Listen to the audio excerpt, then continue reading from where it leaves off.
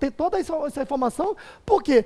Porque tem dados, que são as demonstrações contábeis auditadas por auditores independentes, analisadas, transformadas em informação, portanto, é de alta confiabilidade.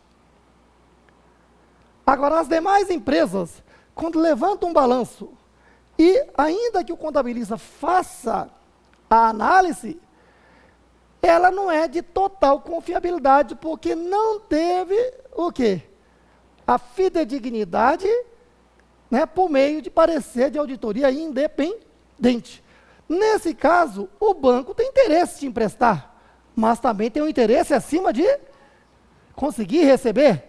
Para isto, o banco não vai confiar integralmente na informação. Aí o banco vai exigir mais. Vai exigir o quê? Documentos, escritura dos imóveis, etc. E vai confirmar junto aos cartórios se esses bens realmente estão desembaraçados. E aí isso vai levar um pouquinho mais de tempo para, né, liberar os recursos. Estão percebendo aí? Então, para isso é que se usa a análise. Certo? Muito bem. Então, pessoal, só para finalizar essa parte introdutória, né, diante do que você estudou, essas 4 técnicas contábeis, na verdade, né, apesar de serem todas técnicas contábeis, a contabilidade termina aqui, ó.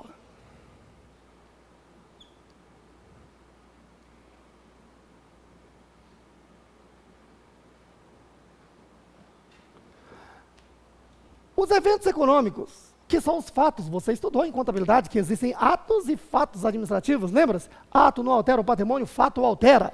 Por exemplo, hoje nossa empresa decidiu que segunda-feira comprará um imóvel. Hoje é apenas um ato, não contabiliza, não alterou em nada o patrimônio, mas segunda-feira comprou o imóvel incorporou o patrimônio da empresa, pagou ou ficou devendo, alterou o patrimônio, isso é um fato, né? Ou um evento econômico. Foi objeto de escrituração, concorda? E aí, né, juntando tudo isso, apurado os saldos, vamos ter o quê? Balanço, DRE, etc., que são as demonstrações, são os dados. Então, isso aqui é o processo contábil, é a contabilidade. E aí, usamos as técnicas de calcular os indicadores e as interpretamos, gerando o quê? Informações para as tomadas de decisão. Certo? Então, essa informação gera uma comunicação que pode produzir uma reação ou uma decisão. Que decisão? Né? Não vem um caso aqui. Seja uma decisão positiva ou negativa. Certo? Então, o importante é que o que você vai aprender aqui é o quê? Técnicas de análise. E aí, você vai usar toda a sua criatividade para criar o relatório de informações. Certo? O profissional da contabilidade ele precisa de tudo isso. Então, em primeiro lugar, ele precisa dominar o quê? Demonstrações contábeis. Certo? Por isso, neste curso, nós ficaremos a aula de hoje e a próxima revisando as 2 principais demonstrações. Quais são? Balanço e DRE. E um pouco da demonstração de fluxo de caixa, não perdendo tempo naquela extensão que vocês estudaram lá na contabilidade geral avançada. Certo? É só para desenferrujar, recordar, porque eu vou cobrar. Certo? E aí, vocês vão aprender as técnicas de fazer análise. Como calcular esses indicadores. Claro que vocês vão não só entender, como vão memorizar, porque é método com mão. Certo aí? Vocês vão ver que tudo que eu ensinar, já vou passar a tarefa para você chegar em casa e calcular. Para voltar aqui e a gente corrigir. Certo? Ao final, você terá que estar apto a resolver alguns trabalhos aqui, apresentando relatórios. Certo? Porque o profissional da contabilidade precisa gerar esse tipo de relatório. Certo? Claro que redação você já conhece, estudou com a professora Tessia, né? E sabe, né, todo tipo de redação. Certo aí? O que você vai fazer é descrever, né, o que representa esses indicadores. Tá ok? E quem é estudante para concurso público, né? Porque muitas das vezes o próprio contabilista que está estudando esse curso também vai querer prestar concurso público e muitos, né, preferem o concurso público. Então, lembre-se que o curso atende a todos, tá ok? Atende ao estudante de ciências contábeis, atende a quem já vai fazer o exame de suficiência de contabilidade, que é a OAB dos contadores, não é isso? E também aqueles que vão enfrentar os grandes concursos públicos, aqueles que pagam acima de 15 mil. Quais são? Tribunal de Contas da União, seja auditor ou analista, né? Que mais? Receita Federal, seja auditor da Receita ou analista da Receita Federal. Quem mais? Banco Central, analista do Banco Central, né? E os analistas do Tesouro Nacional, né? Dentre outros tão importantes. E também quem vai atuar no setor privado e analista de mercado de capitais, certo? E o próprio profissional da contabilidade precisa desse conhecimento, certo? Então, veja, o nosso curso vai ter 2 capítulos, então. O capítulo 1, vamos revisar as demonstrações contábeis, certo aí? Aí é importante você ficar de camarote só assistindo, que é recordar tudo que foi estudado, certo aí? E depois é que passaremos a fazer o estudo passo a passo. Tá? Então, no estudo da técnica, passaremos pelo método Kumon, por assim dizer, que é, né, cada formulazinha, cada esqueminha estudado, você aplicar. Porque de nada adianta você dizer que entendeu aqui, se você não guardou. Certo aí? Então, vai ter que ter um processo de fazer com que você fixe, né, essas fórmulas, não por uma mera decoreba, mas pela essência, né? Porque aí fica na sua cabeça para sempre, certo aí?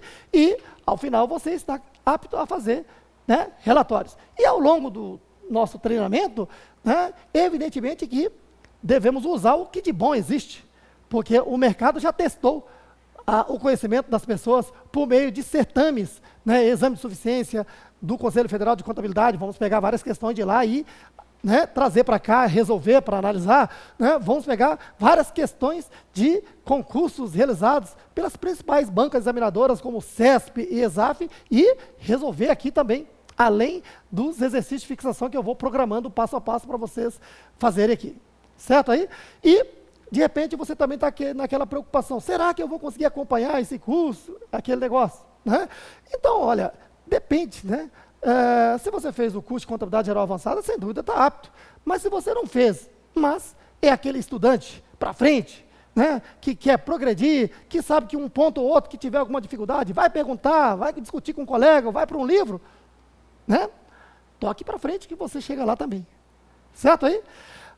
Então, está apresentado o curso em nível de introdução. Então, nós passaremos a estudar 2 capítulos. Capítulo 1, o quê? Revisão das demonstrações contábeis, e capítulo 2, aprenderemos as técnicas e a aplicação dessas técnicas para fazer de vocês um analista contábil, que é fazer os relatórios necessários. Certo?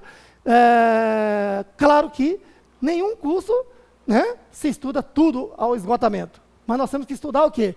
A espinha dorsal de tudo, para que, a partir daí, né, você esteja apto a um detalhe ou outro que precisar, além de um curso como esse, pegou uma literatura boa, você vai saber onde buscar. Porque, certamente, num momento como esse, que você está iniciando um curso, né, não sabe nem onde buscar. Né? Porque nós fazemos um curso, principalmente o superior, não para sabermos de tudo, mas para sabermos o quê? Pesquisar. Certo? E, claro, um curso como esse entrega muito mais do que a pesquisa. Você vai receber tudo pronto. 99% que você precisa em termos de análise, você vai aprender aqui no curso. 1% provavelmente, num cotidiano, né, do seu dia a dia, talvez você precise pesquisar. Então, esse é o curso que você fará. Entendido aí? Depois do intervalo, então, a gente continua. Agora sim, vamos adentrar. Nós teremos 2 capítulos. Né? Capítulo 1, demonstrações financeiras, que é uma revisão para que possamos fazer a análise adequadamente. E o capítulo 2 é que estudaremos a análise para valer. Então, o capítulo 1 serão apenas essa primeira e segunda aula. Tá ok? E aí, a partir daí, então, entraremos em análise. Mas uma curiosidade, ó. Já vamos estudar a primeira demonstração e a mais importante, que é o balanço. E já vamos apresentar aqui uma curiosidade da importância de estudar o balanço, porque existe o balanço de acordo com a lei e existe o balanço para fins de análise. Sabiam disso? Então, preste atenção aqui, ó. O balanço patrimonial, de acordo com a legislação societária, leis 6.404 de 76, com a redação alterada pelas leis 11.638 de 2007 e também com a lei 11.941 de 2009, ela tem essa estrutura aqui. Classe de contas do ativo e classe de contas do passivo. Já na estrutura internacional dada pela lei 11.941 de 2009, que decorre lá da medida provisória 449, lá de 3 de dezembro de 2008, portanto já vigorando desde 2008. A estrutura é dividida em ativo circulante e o ativo não circulante. O passivo dividido em passivo circulante, passivo não circulante e patrimônio líquido. Vamos colocar aqui algumas curiosidades. Quer ver?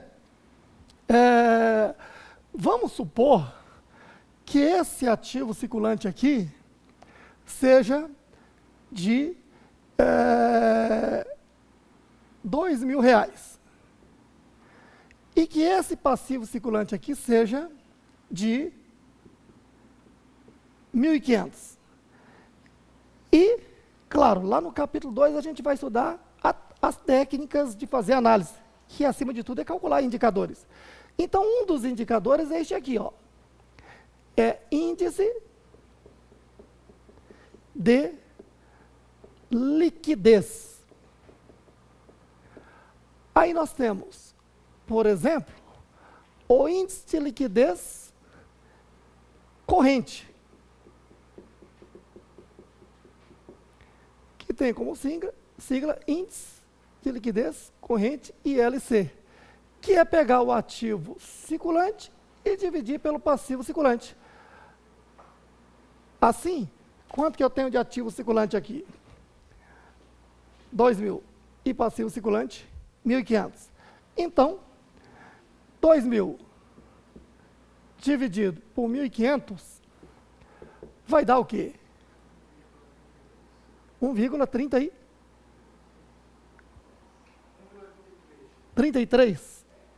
Certo. Isso significa dizer o quê?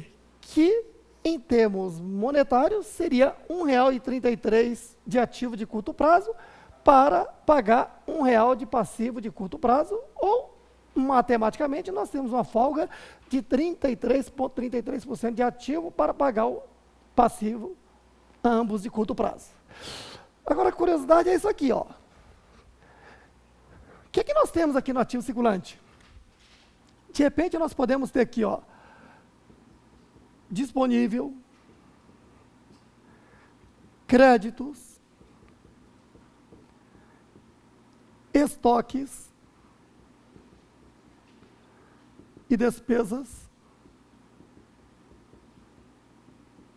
diferidas. Certa vez, uma aluna me perguntou, esse nome é muito esquisito, não dá para mudar isso para despesa de machucado? Despesa diferida? Muito bem. Né? Vocês estão acordados. Despesa diferida, você sabe, são gastos que a empresa pagou, mas o faturador ainda não ocorreu, do tipo aluguel pago antecipadamente, seguro pago antecipadamente, essas coisas, não é isso? Então vamos lá. Esses 2.000 correspondem ao quê? Digamos, de 500 de dinheiro disponível, 500 de estoque, 500 de crédito, 500 de estoque e 500 de despesa diferida. Certo aí? E o passivo são, de fato, dívidas, duplicatas a pagar, salários a pagar, tributos a pagar de 1.500. Então, dívida eu vou ter que pagar mesmo. Agora, a questão é, para pagar essas dívidas, vou usar o dinheiro? Vou.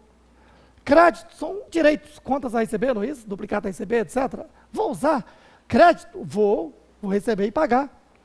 Estoques e despesa diferida. Primeiro, despesa diferida. Quando eu pago o aluguel antecipadamente, credito caixa e debito a despesa diferida, aluguel a vencer, não é isso? E na medida que o tempo vai transcorrendo, o que eu faço com esse aluguel a vencer do ativo? Aproprio para despesa. Opa, quer dizer então que despesa diferida é uma ferida mesmo aqui? Está aqui no ativo porque representa um direito de fazer uso do imóvel. Direito é um ativo, não é isso? Mas não é um valor que vai se converter em dinheiro para pagar a dívida. Perceberam? Se eu pego esse ativo aqui de 2.000 e divido pelo passivo, encontro aquele coeficiente ali e fico analisando que é um coeficiente bom. E posso estar enganado. Por isso é que, quando a gente for lá para o capítulo 2, na hora de estudar as técnicas de análise, a primeira coisa que nós temos que fazer é pegar esse balanço aqui e fazer uma reclassificação para que esse balanço reclassificado é que seja objeto de calcular os índices. Como, por exemplo, classe do ativo, classe do passivo, ativo circulante, não circulante, circulante, não circulante e patrimônio líquido. Então, para fins de análise, não importa deixar no ativo algo que não será dinheiro. Então, a primeira coisa é eliminar essa despesa diferida. Ó. Aí você, mas essa despesa diferida vai para onde? Ele vai aqui para o patrimônio líquido, né? Vai ser extracontabilmente. Eu não tenho que fazer uma nova contabilidade, eu só vou pegar aquele balanço ali e, como se eu estivesse fazendo um lançamento, vou eliminá-lo do ativo e trazer para cá, ó, para a conta lucros ou prejuízos acumulados. Então, no caso aí, o que acontece? Ele desaparece aqui do ativo, não é isso? E vai aparecer aqui. 500. Negativo, ó. O que sobra de ativo para fins de classificação? Disponível? Sobra? Sim. 500. Crédito? Sobra? Sim. 500. Estoques? Via de regra, sim. O passivo circulante continua sendo dívidas de 1.500. Ah, então, esse indicador aqui não vai servir. Eu vou ter que fazer o indicador do balanço patrimonial reclassificado. Ó. No balanço patrimonial reclassificado, passa a ser o quê? Ativo circulante de quanto? 1.500, ó. Dividido pelo passivo circulante de 1.500. O índice é... Ah, então eu tenho R$1 de ativo circulante para pagar R$1 de passivo circulante, ou seja, está empatado. Mas será mesmo que está empatado? Então vamos analisar melhor, porque há dois tipos de estoque. Estoque realizável, que seria uma mercadoria para revender, e o estoque não realizável, que seria almoxarifado, material para consumo. Certo aí? Se esse estoque aqui é material de consumo, opa, então também não deverá aparecer aqui. Este item também será baixado para cá. Então, na verdade, o total que vai para o PL é 1.000. Opa, então agora, esse índice aqui não serve. É este aqui, ó. É de quanto o ativo agora? 1.000. Para pagar passivo de 1.500. Isso dá o quê?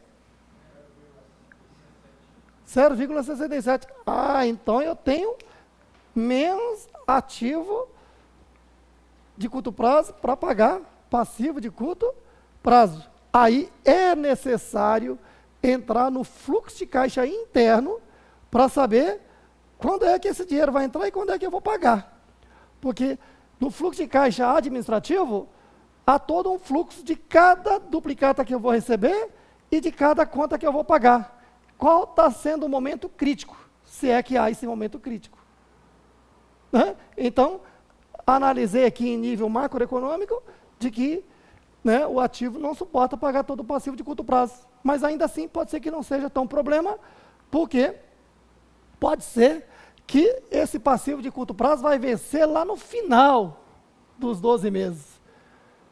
Né? E que até lá, com o movimento natural da empresa, que está em crescimento, que eu posso estar analisando outros fatores, então já podemos, num relatório, né, justificar de que, olha, apesar de estar menor, tá, outros indicadores apontam que a empresa vai ter dinheiro suficiente para saldar e não precisará buscar nenhum crédito bancário para isso, nem descontar a duplicata, por exemplo. Está vendo como é bacana, né? A análise é muito legal. Mas que tem que analisar o quê? São duas coisas. Contabilidade são dados. Análise são informações, não é isso? Certo? E que essas informações têm que chegar ao usuário dessa informação acessível, na linguagem que ele entenda, detalhado da forma que ele precisa. Certo? E aí, então, você está vendo que, primeiro eu preciso dominar o balanço que a lei diz, para ser capaz de, né, fazer a reclassificação deste balanço aos moldes que cientificamente precisamos. Cientificamente precisamos quer dizer que a análise das demonstrações contábeis estão na lei? Não. Isso não precisa estar na lei. Isso é técnica. Certo aí? É da essência da contabilidade. Tá? Então, por isso, nosso propósito agora é revisar o balanço por completo, para depois, quando a gente falar em fazer reclassificação, só de tacar o olho você já saber que item que vai ser reclassificado aqui do balanço. Entendido? Tudo bem. Só para fechar aqui esse raciocínio, veja, né, a gente vai estudar mais adiante, que são as técnicas, né? Mas a liquidez corrente pode ser analisada assim, ó, fechando o rigor. Por exemplo, aqui eu tenho índice de liquidez corrente, que é ver os próximos 12 meses com o que eu tenho de ativo. Mas eu posso analisar de uma forma mais detalhada. Então, índice de liquidez seca. Eu vou secar esse índice. Então, índice de liquidez seca. Aí vai ser esse ativo circulante menos o estoque, ó, dividido pelo passivo circulante. Só que quando se fala ativo circulante menos o estoque, você já vai enxergar o ativo circulante do balanço reclassificado. Não tem nem que perguntar, e a despesa diferida? A despesa diferida já está aqui no PL. Ó. É pegar aquele ativo circulante de 1.500, se esse estoque for mercadoria para revenda, eu tenho que excluir. Se esse estoque é material de consumo, ele nem está mais no ativo, ele já está lá no PL. Então, esse menos o estoque aqui é o estoque realizável. Certo? E aí eu quero saber, na verdade, em tese é o quê? Com o dinheiro que temos disponível, mas as contas a receber, eu vou conseguir pagar essa dívida de curto prazo? É uma forma de, né, analisar as condições de pagamento. Terceiro, índice de liquidez imediata. Então, se naquele anterior, no primeiro, considero disponível, crédito e estoque. Neste, considero o quê? Só disponível e crédito. E agora, imediata, índice de liquidez imediata é pegar o disponível e analisar se com o dinheiro que eu tenho hoje eu quitaria o quê? A dívida de curto prazo. Perceberam? Então, veja que são, na verdade, N indicadores, vamos estudar os principais, né? Vamos treinar com esses principais, e aí, esses principais você tem que ter em mente. Né? E a partir daí, como isso aqui é uma matemática, sempre que você precisar criar uma formulazinha, quando você concilia, né, elementos para chegar ao indicador, você já consegue enxergar o impacto disso. Tá certo? Então, é esse senso de avaliação é que o objetivo é esse curso. não fazer você alguém que vai só ficar decorando fórmulas. Entendido aí? Daí é que temos que começar muito bem de revisar bem o balanço patrimonial para esse fim e depois a demonstração do resultado. Tá claro? Legal. Então vamos seguir. Oi? Ah, tá. Índice de liquidez imediata. Obrigado. Aonde? Patrimônio. Opa! Patrimônio.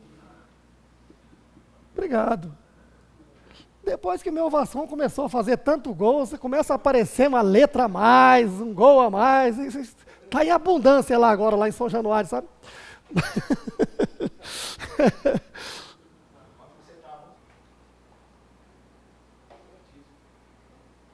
22,17? Bom, então não vou nem começar não, pessoal. Vou começar o balanço do zero na próxima aula. Tá ok? Porque eu vou começar e parar e cortar na hora boa. Então, próxima aula já começa. Então, próxima aula, com certeza, eu vou fazer a revisão completa do balanço e da DRE. Aí na segunda, vamos entrar nas técnicas.